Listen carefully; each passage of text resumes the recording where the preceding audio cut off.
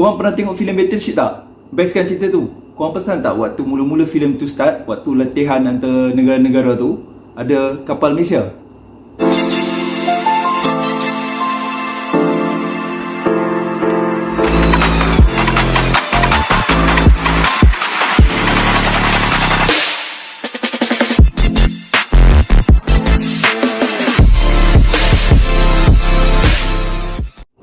Assalamualaikum dan selamat sejahtera. Aku Fakin Tokai. Welcome to my channel. Kita sembang santai cerita tentang tentera. Korang semua apa khabar? Aku harap korang berada dalam keadaan baik. Kepada yang kali pertama sampai ke channel aku ni, aku seorang pesara tentera. Jadi aku kongsikan cerita-cerita berkenaan tentera. Kepada yang belum subscribe, aku harap korang boleh subscribe. Yang dah subscribe, aku ucapkan terima kasih. Macam yang aku katakan tadi berkenaan filem Battleship, di awal-awal filem tersebut terdapat adegan yang memasukkan tentera laut dari Malaysia. Korang perasan tak? Okey, untuk adegan tersebut adalah exercise RIMPAC. RIMPAC ni merupakan satu exercise yang sebenar yang berlaku di Amerika Syarikat yang disertai oleh tentera laut seluruh dunia termasuk juga Malaysia. Pelayaran yang memakan masa 33 hari dan sejauh 11,000 km itu berjaya menguji ketahanan dan kesiapsiagaan aset TLDM. Jadi kapal daripada tentera laut Diraja Malaysia pun pernah menyertai exercise ataupun latihan RIMPAC ni. Tapi dalam video kali ni aku bukan nak bercerita tentang latihan ataupun exercise RIMPAC ni. Aku nak cerita tentang Battleship. Filem Battleship ni telah mempopularkan kapal perang jenis Battleship di mata peminat cerita-cerita perang. Bagi golongan yang lebih senior, mereka memang biasa menikmati adegan-adegan dalam cerita perang lama yang melibatkan Battleship. Tapi tak banyak filem-filem perang baru yang menunjukkan Battleship ni. Jadi filem Battleship ni telah menaikkan semula populariti kapal perang jenis Battleship. Tahu tak korang, pada satu masa dahulu Battleship ni pernah menjadi aset paling berkuasa bagi tentera laut di dunia. Antara Battleship yang popular adalah seperti Battleship Bismarck milik tentera Jerman, Battleship Yamato milik tentera Jepun, dan dalam filem Battleship tu adalah Battleship Missouri milik tentera US. Kehebatan Battleship ni dilihat pada peperangan dunia pertama dan kedua, di mana Battleship merupakan sebuah kapal yang bersaiz besar, membawa meriam yang juga berkaliber besar, memiliki perisai yang tebal, maknanya dinding kapal tu memang tebal, dan juga mempunyai persenjataan lain yang hebat. Selain daripada meriam besar tadi, ia memiliki pertahanan anti udara, meriam-meriam kecil lain yang hebat untuk mempertahankan Battleship tersebut. Kemudian, kepentingan Battleship ni tiba-tiba berkurangan dan ia hilang begitu saja. Jadi sebenarnya apa yang berlaku kepada Battleship ni? Untuk makluman korang, Battleship ni pada awal abad ke-20 menjadi ukuran kekuatan sesebuah tentera laut tu.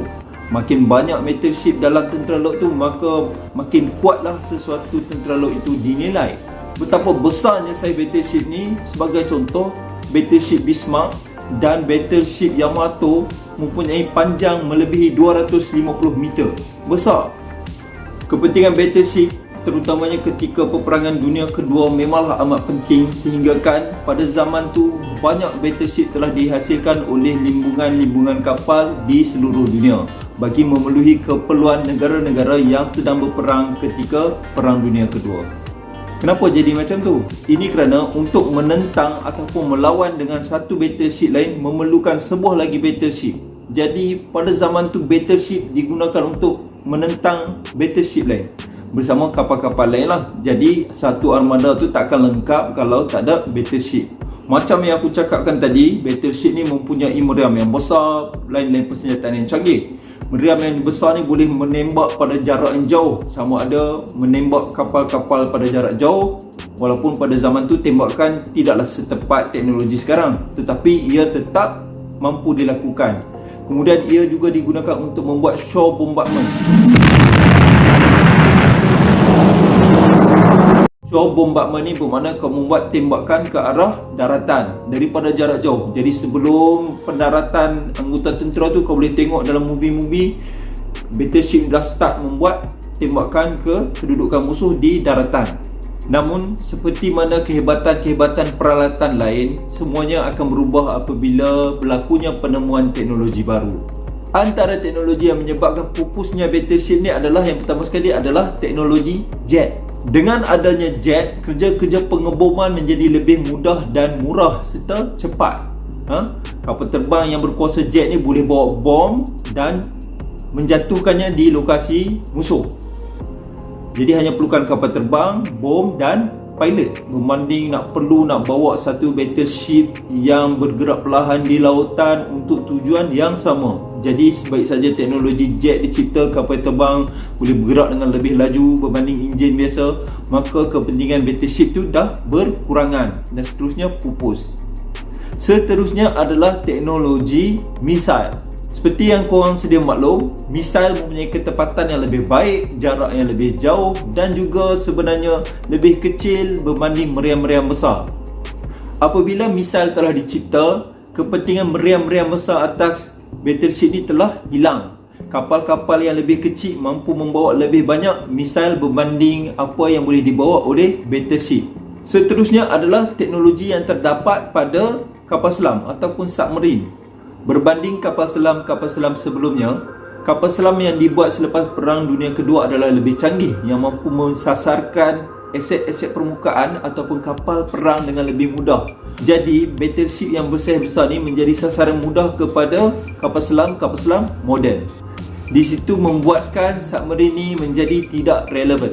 Sungguh pun begitu, sebenarnya battleship ni bukanlah tidak hebat, tapi sebenarnya dia melibatkan kos yang tinggi, sama ada kos nak bina, kos senggaraan, kos operasi dan yang penting sekali kos nyawa. Sebuah battleship membawa beribu-ribu orang kru. Sebagai contoh, ketika kapal battleship Bismarck dimusnahkan dan tenggelam, kira-kira 2,200 anak kapalnya telah terbunuh.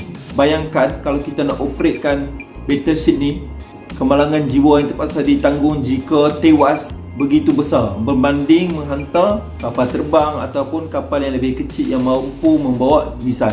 Di akhir zamannya, battleship hanyalah merupakan sebuah kapal yang bersaiz besar yang membawa artileri besar, yang mana fungsi ini boleh dilaksanakan oleh aset-aset lain yang jauh lebih murah, lebih cepat dan lebih tepat. Jadi itulah sebab-sebab kenapa battleship, sebuah kapal yang pernah hebat, yang begitu gagah, akhirnya pupus akibat ditelan oleh teknologi. Aku harap penerangan aku dalam video kali ini dapat memberikan korang jawapan ke mana pupusnya battleship ni. Jadi sampai di sini saja video aku untuk kali ini. Aku harap korang boleh komen untuk berikan pandangan korang berkaitan konten-konten akan datang. Kepada yang belum subscribe, aku harap korang boleh subscribe. Aku ada kongsikan video yang baru setiap minggu. Kita jumpa lagi di video akan datang. Aku Fakir Tokai. Terima kasih. Assalamualaikum.